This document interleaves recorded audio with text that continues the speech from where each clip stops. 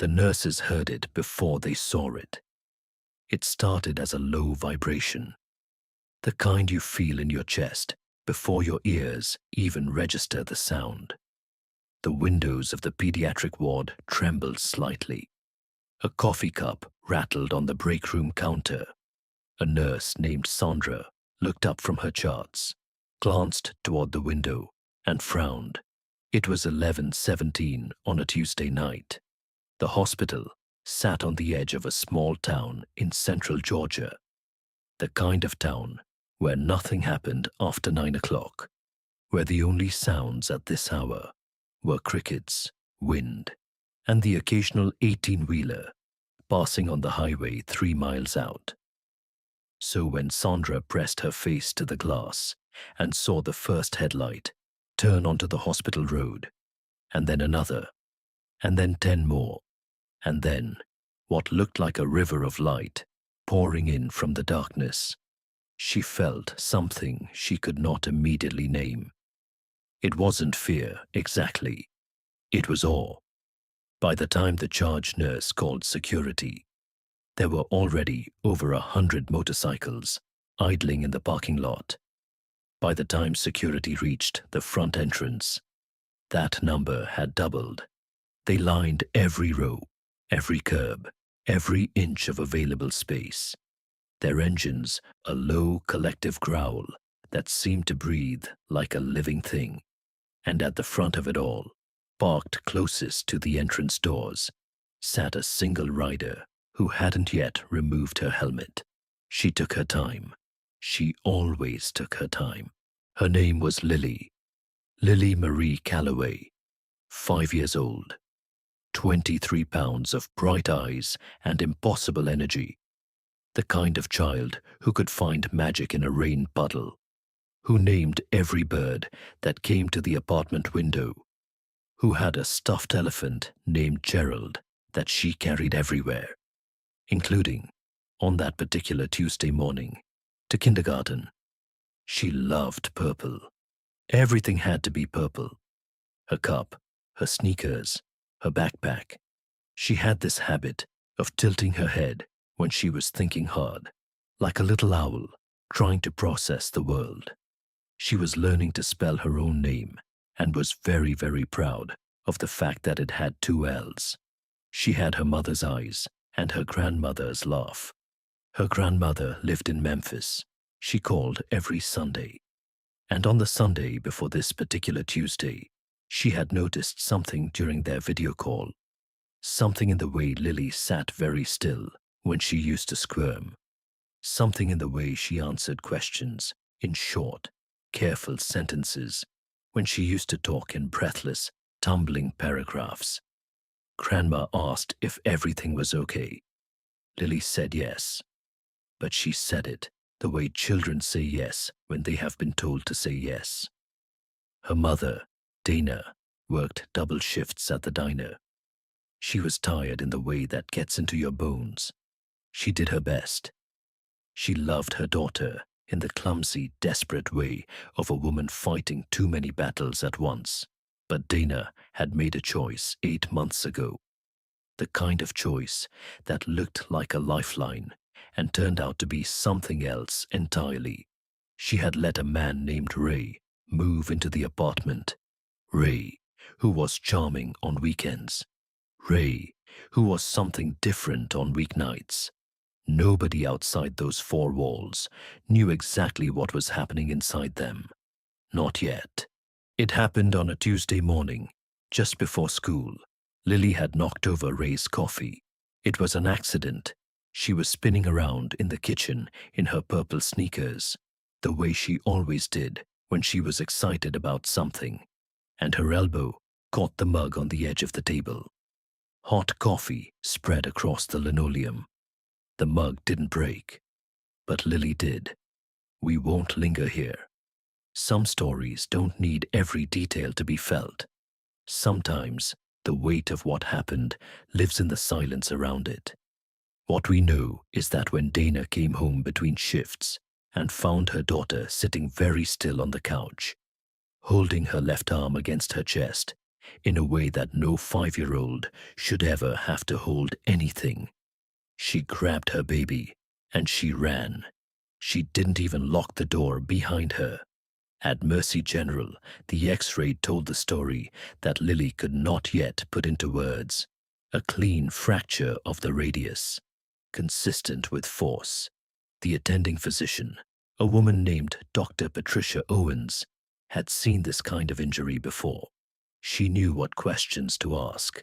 She asked them slowly, gently, with the kind of careful patience that takes years to learn. Lily, for the first time, answered honestly.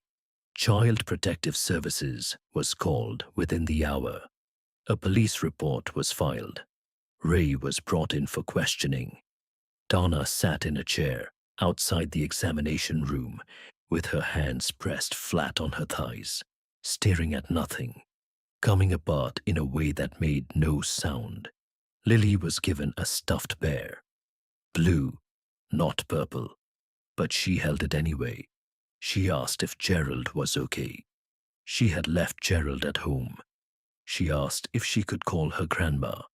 She asked, very quietly, if the bad thing was going to happen again. Dr. Owens told her no. She said it firmly, clearly, the way you say something when you are making a promise you intend to keep. She said, no, sweetheart, not anymore. But promises need protection. And that night, as Lily lay in a hospital bed, with her arm in a cast, and a blue bear she hadn't named yet, the protection that was coming was unlike anything this quiet town had ever seen. Her name was Dora Reyes, 41 years old, dark hair going silver at the temples, hands that had rebuilt 2 motorcycle engines in the past year alone, president and founder of the Iron Magnolias, a women-led motorcycle club with chapters in 4 states, known everywhere they went for their loyalty and their presence. She was not a woman who needed to make noise to be felt. She was at her kitchen table, eating leftover rice and beans, when her phone lit up.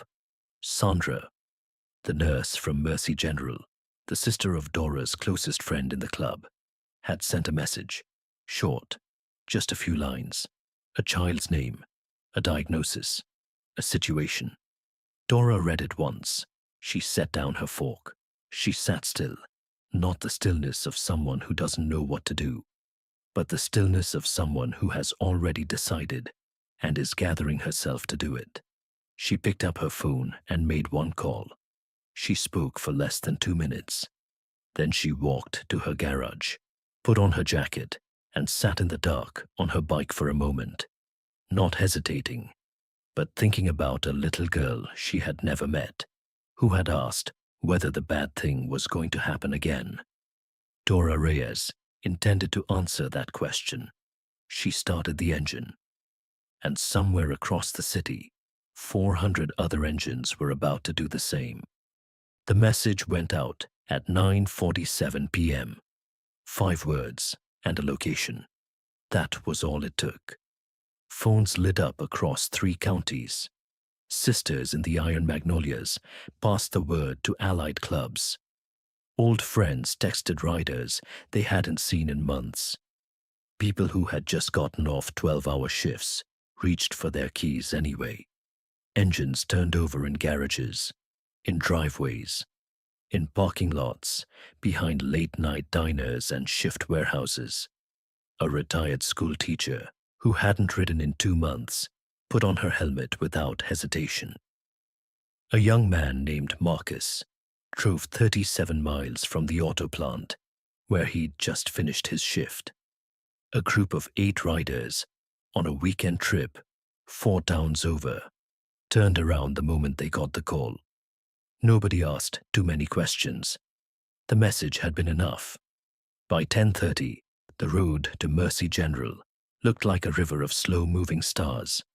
Orderly, quiet, purposeful. At the front, always, Dora Reyes. The sound arrived first. Sandra heard it rise from a whisper. to a thunder in 90 seconds. She walked to the window. She pressed her hand to the cold glass, and she watched them come. 412 motorcycles. That was the number the local paper would print the next morning. 412 bikes rolling into the lot, headlights sweeping across the white hospital walls like the slowest, most deliberate light show the world had ever staged.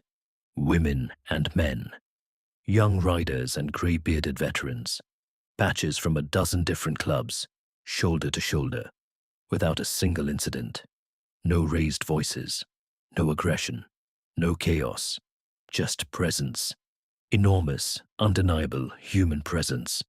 The hospital administrator came outside and found Dora standing at the entrance, helmet under her arm, hands easy at her sides. He started citing visitor policies, noise ordinances.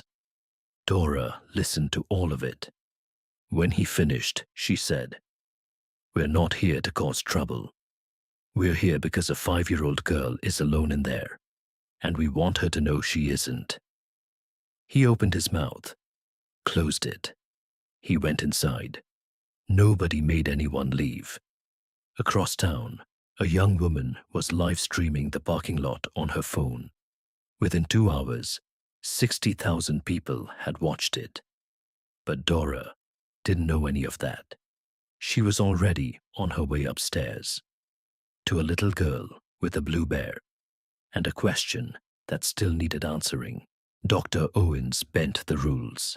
She led Dora through the quiet ward, past the nurses who pretended not to notice, to a small room at the end of the hall where the light was dim and the engines outside hummed like a lullaby. Lily was awake, sitting up against her pillow, cast bright white, bear pressed to her chest, eyes enormous. Dora pulled the chair to the bedside, not standing over her, not looming, but at eye level, and sat down quietly. She let a moment pass. Then she smiled. "Hi," she said. Lily tilted her head. "Are you a biker?" "I am." "Is that your motorcycle?" "One of them.